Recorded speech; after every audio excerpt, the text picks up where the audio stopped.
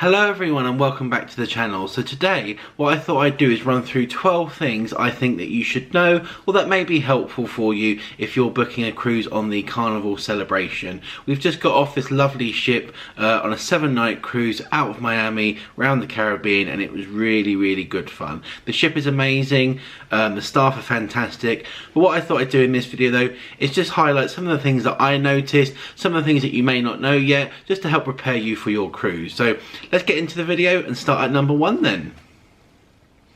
So number 1 then of things that I think you should know about this ship, the Carnival Celebration, and that is that the buffet is smaller than other ships, but there is a lot of speciality dining available. When you first go towards the buffet, you have got, a reasonably large area. There's loads of seats available, but in terms of actual kind of food area, it's a little bit smaller than some of the other cruise lines we've been on, some of the other ships such as Freedom of the Seas and Royal Caribbean or MSC Seashore. However, that being said though, the food is really good, and Carnival have done this on purpose to actually save wastage.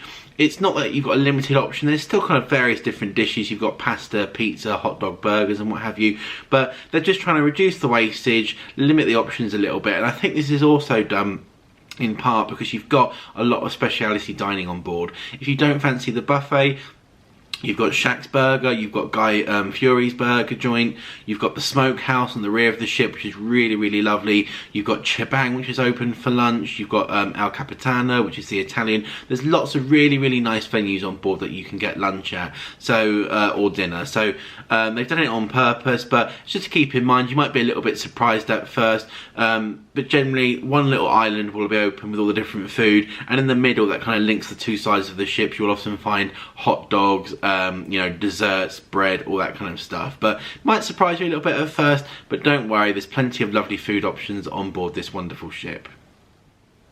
Now the next thing I wanted to highlight for you, which may be helpful, particularly if you're a new cruiser to Carnival, and that is that you do pay tax on drinks and stuff in certain ports, even if you have a drinks package. So we had the Cheers package on board that allowed us to have cocktails, beers, wines, all those lovely drinks and stuff on board. But when we were in certain ports, Miami for example, and also St. Thomas, there would be a very small tax charge for these drinks, ranging anywhere from kind of like 30 cents for a beer up to around $1 for a cocktail. This is very marginal. It's only a small part obviously of your kind of cruise and what have you, but do keep it in mind because obviously a lot of people do like to budget these cruises very carefully, and you may not be anticipating it if you get on board and have a drinks package. Unfortunately, you do have to pay these taxes when you are in these ports, but it's only very marginal, but it's definitely worth thinking about and budgeting maybe a little bit of extra money, $15, $20, depending on how much you drink, just for these additional taxes.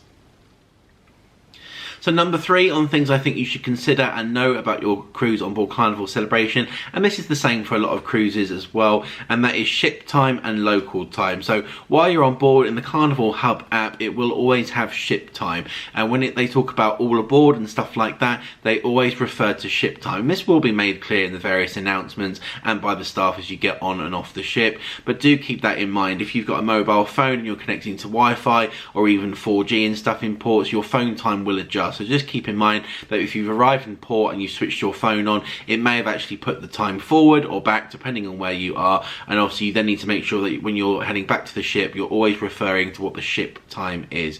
Really easy here to make a mistake, and obviously then potentially you could be arriving late to the ship, which you don't want, because obviously there's a potential then that you get left behind. But do keep in mind ship time and local time, and I find the easiest thing to do is to always set your phone or your watch to ship time, and then you haven't got to worry about being late. But really easy thing to get wrong, but definitely worth mentioning here at number 3.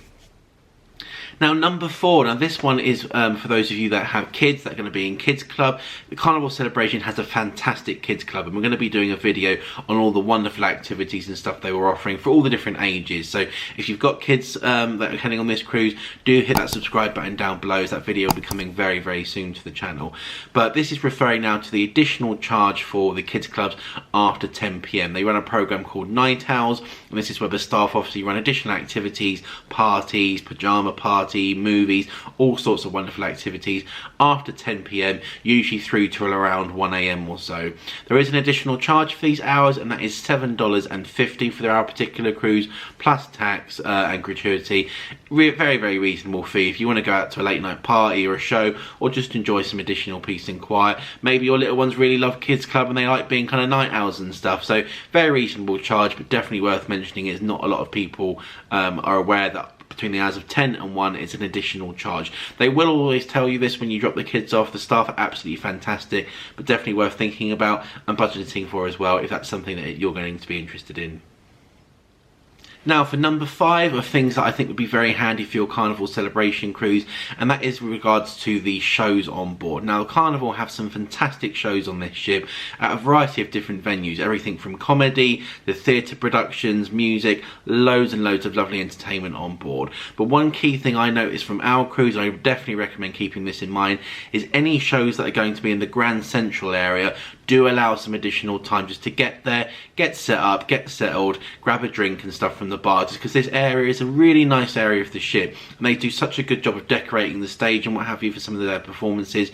But as a result of the kind of design and how popular they are, it is quite a busy area, and I will kind of say that when you kind of get there quite late or quite close to a showtime, there will be very limited kind of seating available, and also trying to find even a view of, you know, somewhere standing maybe, it's going to be quite difficult just due to the kind of design of this area of the ship. But if you are interested in any shows in that area, just get there a little bit earlier, grab yourself a drink from the bar and then enjoy one of the productions there. They do repeat the productions throughout the cruise, so you might find on day 1 they've got a particular show and then it repeats towards the end. So do check the Carnival Hub app for times and stuff, and then just kind of plan ahead to make sure that you can enjoy all the wonderful entertainment on board.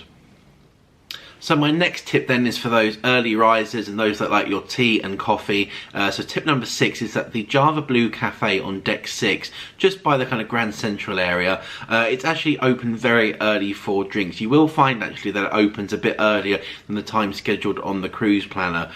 We got up very early one morning, went to go for a bit of an explore, expecting the ship to be dead quiet, but this area is actually quite busy. People are grabbing their morning coffees, going for a sit down. You've also got a little daily puzzle section there. You can grab a crossword and a pencil and sit and enjoy your coffee with that, and it's just a lovely area to sit in. But what I really liked about this here, it was open very early. You could get teas and coffees. They had a little snack section, so you could get like a bowl of granola or a bowl of fresh fruit.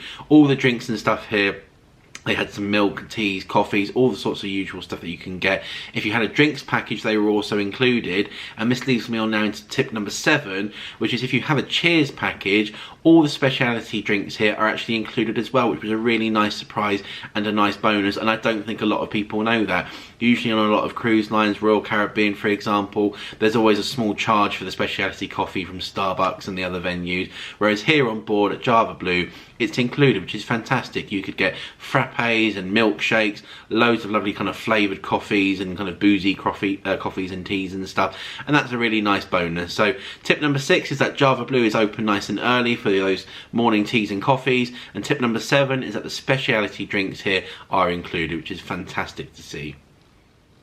So moving on now to point number 8, and that is regarding the muster drills. Now for our particular cruise, this is always subject to change, so do keep in mind that on your cruise it may be different, but at the moment, as of February 2023, the muster drills and stuff are still being done as they have been recently. So we got on board the ship, we headed straight to our muster station, we sat down for a second, one of the crew members kind of showed us how to put the life jacket on, you know, showed us the different features, the torch and whistle and stuff, and then on the app as well, it just tells you a little bit more information if you want to know about how, you know, to put the life jacket on again, where the muster station is, or hear the ship siren. The ship siren will be played later on during an announcement anyway, but you just head to your muster station nice and quickly, listen to this presentation, a staff member will scan your sign and sail away card or your cruise card, whatever you want to call it, and then that's it. You're all good to go and enjoy the fun. So at the moment on Carnival Celebration, you simply head to your muster station as you get on board, listen to the presentation, scan the card, and then you're good to go. So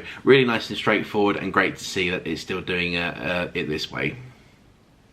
So point number 9, and this is a really handy one, particularly if you haven't cruised on Carnival before, and it kind of revolves around the Carnival Hub app, which is absolutely a fantastic app here for your cruise. So you will find, regards to dining in the app, that you can actually book various restaurants and stuff straight on from the app in your room, and you don't have to worry then about going to the restaurant, checking in, asking about wait times and stuff like that. So this is really handy if you're getting ready in the cabin, or if you're sitting at a bar having a drink. You can open the app, click on, say, the Italian restaurant. If you click on check-in, what it will do then is it will put you in a queue, and it will tell you roughly how long the wait time is. It could be under 10 minutes, you might have to wait half hour, 40 minutes, but it will always tell you, and that then gives you an idea of when you can then head to the restaurant, if you want to sit and have another drink in the bar, for example. But it's a really, really useful feature. Generally what we did is we would book a table and then sit at a bar nearby and have a drink. As soon as the table's been allocated to you, the app will notify you. You just open it up and it will say, you know, table 703 has been given to you. You click that you're on your way, and then you just make your way to the restaurant and show the staff member there, and they take you to your table. It's really, really nice and straightforward. I just love that you can obviously sit and have a drink at the bar, or in your cabin relaxing or getting ready, and kind of already sort out all your dining without even going to the restaurant. It's really, really useful. Definitely recommend using this feature throughout your cruise. So point number 10, and this is a very random one, and I didn't know this about Carnival cruises, but in the main dining room you actually get a little bit of a show. So we did the main dining room for tea on a couple of occasions, and at various points, to our surprise, they said, ladies and gentlemen, it's showtime, and all the waiters and the servers and stuff started kind of dancing. There was music playing, and it changed each night. One night it was a Bruno Mars song, the next night it was something completely different, but all the staff are dancing, and it does interrupt service a little bit for a minute, but it's just really fun to see. You're kind of getting a bit of a show with your meal. I didn't know that about Carnival Cruise Line. I've never seen that before in any other cruises we've done, but kind of a little handy thing for you to know if you kind of, now you kind of won't be less surprised and what have you, but it's just a really, really nice, fun and quirky thing about Carnival cruises. But really enjoyed that. Definitely worth recommend going to the dining room and having a little enjoy of the show and some food. So point number 11 is also about the main dining room. Now this is an important piece of information for those of you that like to enjoy maybe a couple of different entrees and what have you on your cruise. Obviously these cruise lines have a fantastic menu quite often, and it's very hard to choose which dish you'd like to go for, but Carnival, as of recently now, are going to start charging you $5 for your third entree or more. So if you're going through the menu and you want to try maybe the steak but also the pasta, that's absolutely fine. But if there was a third entree, or either the same thing you'd like to try again or something else, there will be a very small charge of $5. Again, this has been designed to help cut waste. Obviously if you've had 2 entrees already and then you try a third and don't eat it, all that food is going into waste and what have you. So I think they're just trying to do it to prevent that a little bit. But $5 is a very reasonable charge. There's no limit on starters or desserts. You can order as many of those as you like, but just to help the kind of wastage and what have you of the mains, there will be a $5 charge for any entree after your second one, which I think is very reasonable. It gives you a chance to try a couple of mains if you are struggling to choose, and believe me, with some of the food options you will do, but just a very handy piece of information to know for your main dining room experience. And finally, point number 12, and this is really key for those kind of thrill seekers and stuff out there, or anyone super excited to do Carnival Celebration's onboard roller coaster Bolt, and that is do bolt early in the cruise. This is my top tip actually for this cruise line and for this particular cruise, and those of you that love roller coasters or that kind of additional thrill seeking aspect, and that's do bolt early. And that's simply because with it being obviously a roller coaster, an attraction if you like many theme parks and stuff, it will have downtime, it will have issues and what have you at certain points you know, throughout its operation, and this came evidence on our cruise. So me, Kate and the boys did bolt on the first full day at sea, our first full day on the ship, just to get it ticked off because we were super excited to do it, and that actually proved to be very useful, as later on in the cruise I noticed that it was actually down for about 3 days. Thankfully they did get it running again, I think on the second to last day, but obviously as you could then imagine, it was quite busy. You could still get on it, it wasn't like, you know, people were being turned away, but obviously potentially if that goes down for the whole week you could miss out on something that you really wanted to do. So if you are interested in Bolt, the onboard roller coaster, definitely do it early, as it will save any disappointment then should it go down, which can happen. Obviously it's an attraction and stuff, but the staff do a fantastic job of trying to get it back up and running, but definitely head and do it early. Well, there you go then. There's 12 things that I think you should know before going on your Carnival cruise. I hope some of them are helpful, some of them are interesting, and some of them obviously help you plan your cruise on this wonderful ship. If you are heading on the ship, I'd be lovely to hear it down below in the comments. So please leave a comment below. Let me know when you're going, you know, how excited you are. And if you have any comments, obviously, or questions about the ship, then please leave them down below and I will get back to you as soon as I possibly can. But that's going to be all for this video. Plenty more videos coming from the Carnival Celebration, so if you are new to the channel and do want to see those, hit that subscribe button down below, and it really helps us out a bunch. So that's all for this video though. Many thanks for watching, and we will see you in the next one. Take care.